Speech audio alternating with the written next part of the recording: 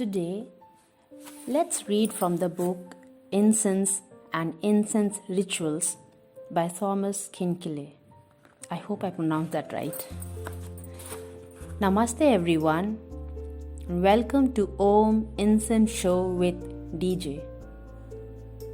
In our third episode of Incense Reading today, let's read the introduction chapter from the book Incense and Incense Rituals by Thomaskinkele.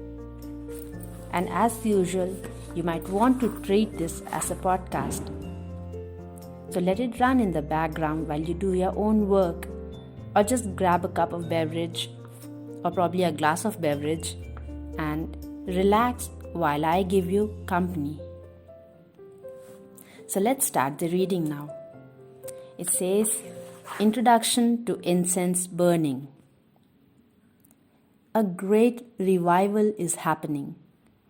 A tradition that has played an esoteric part in many of the enduring cultures of our planet is now spreading like wildfire. The practice of burning aromatic plants can be traced back through every culture of humankind on earth. Its purpose has always been in some way related to the preservation of life. It may be to promote physical, mental, or emotional well-being, or for protection against infection. It may be a meaningful method of preserving foods or as a companion for religious, spiritual, and even magical ceremonies. Anyone who catches a whiff of aromatic smoke is stirred deeply. Reactions to it are obviously quite diverse, the sensations frequently connecting with elemental experiences, from archaic instincts to pleasant or even unpleasant childhood experiences. Many different aspects of our inner life may become activated, indicating a clear response to the presence of an aromatic fragrance.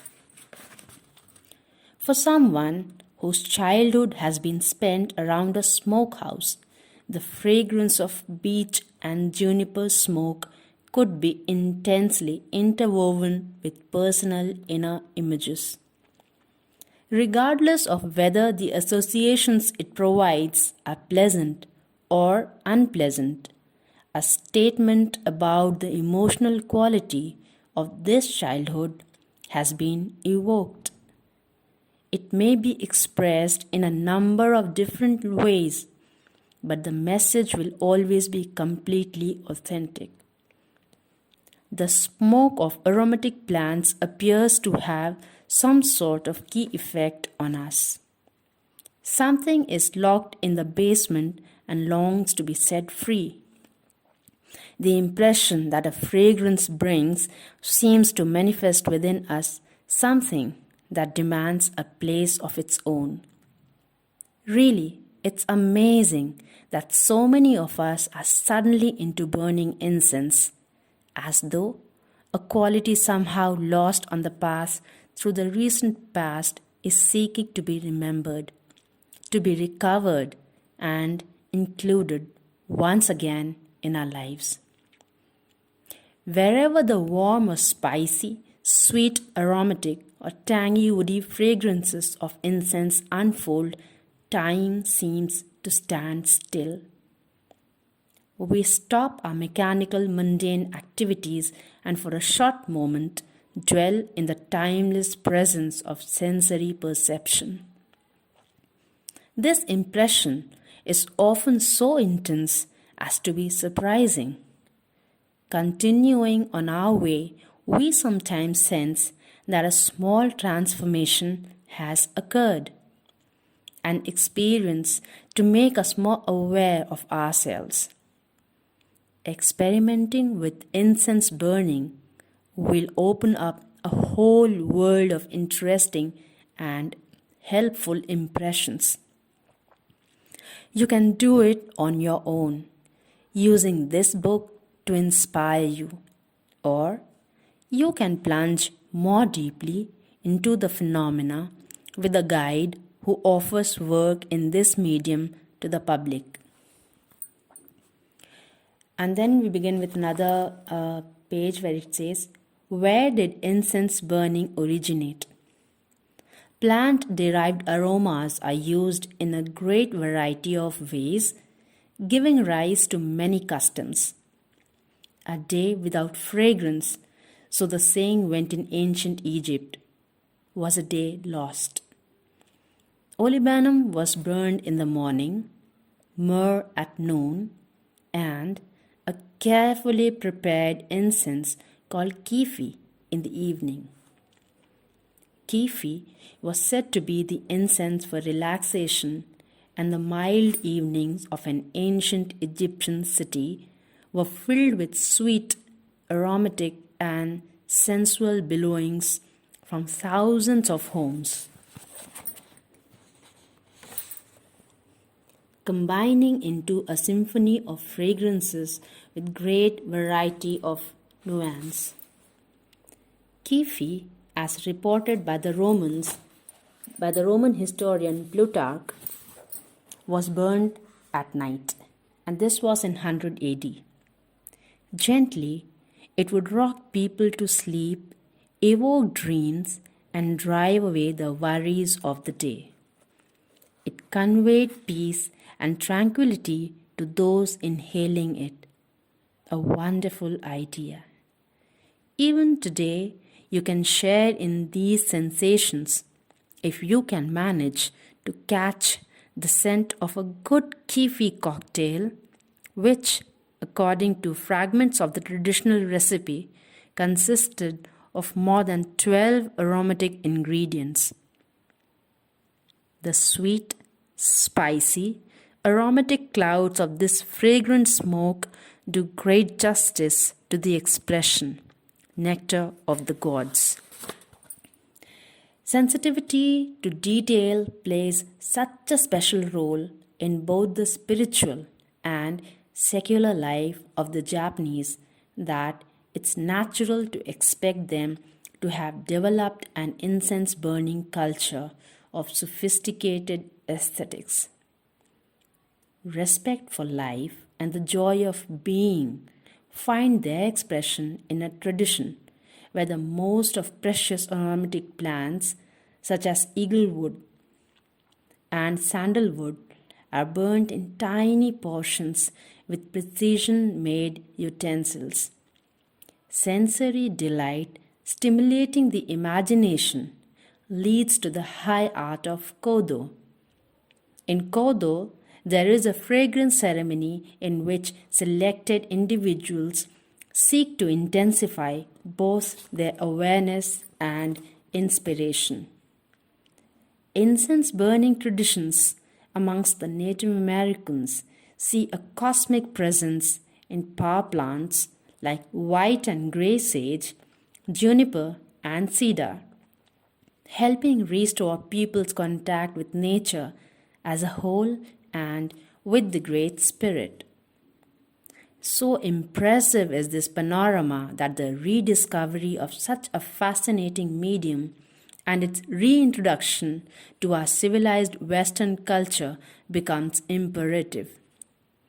However, its revival also contains a darker side. There are, for example, people who will intensely reject everything found under the collective term frankincense. These gut reactions are sometimes quite vehement and can include both spontaneous nausea and aggression. In such cases, the church has most often played a role. The heavy use of frankincense in Catholic liturgical rituals, usually recipes of olibanum, myrrh, tolu balsam, benzoin, mastic, labdanum, and dragon blood, has often done a very thorough job during the childhood of someone affected in this way. Intense fragrance-related impressions can have extreme effect on the childhood psyche.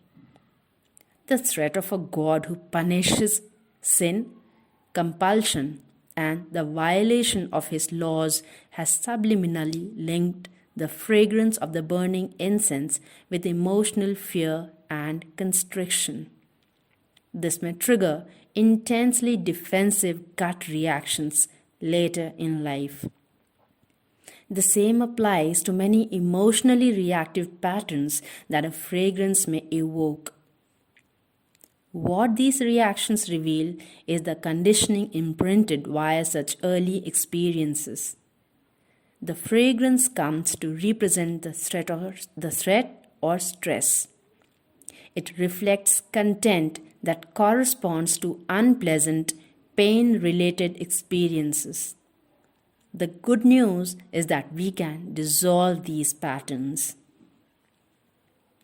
It is interesting to note how what we perceive is usually judged in absolute terms.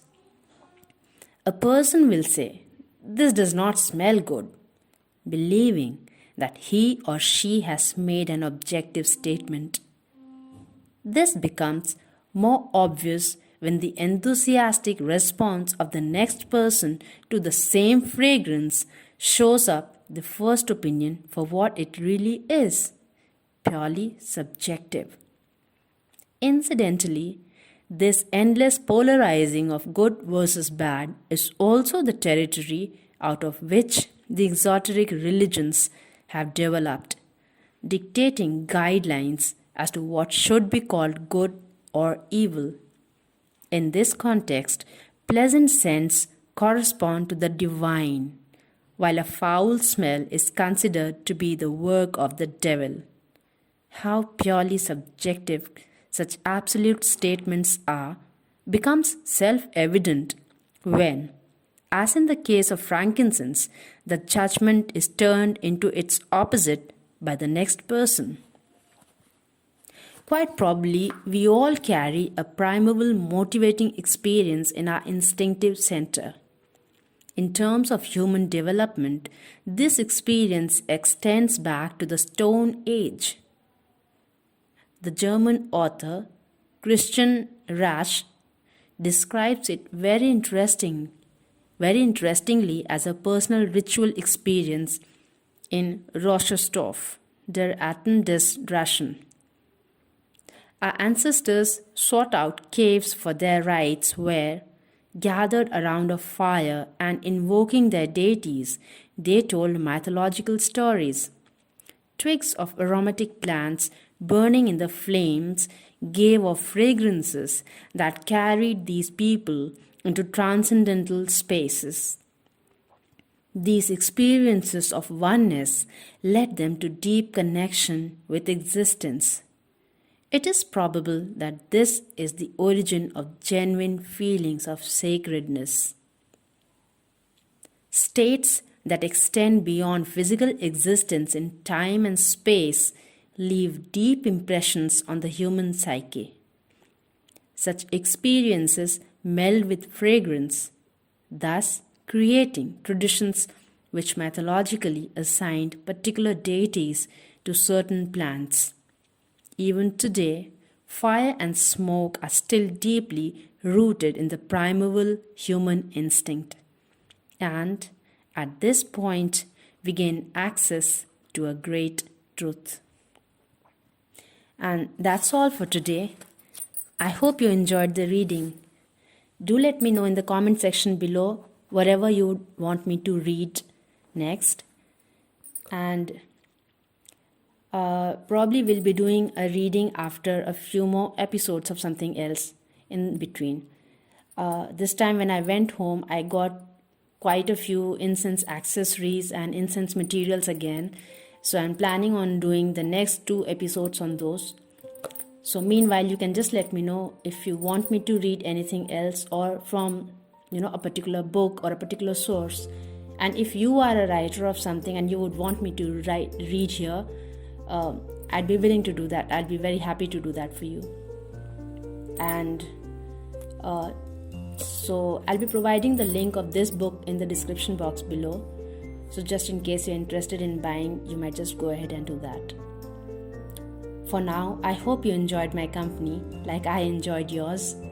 And Till we meet again next, take very good care of yourself. Namaste.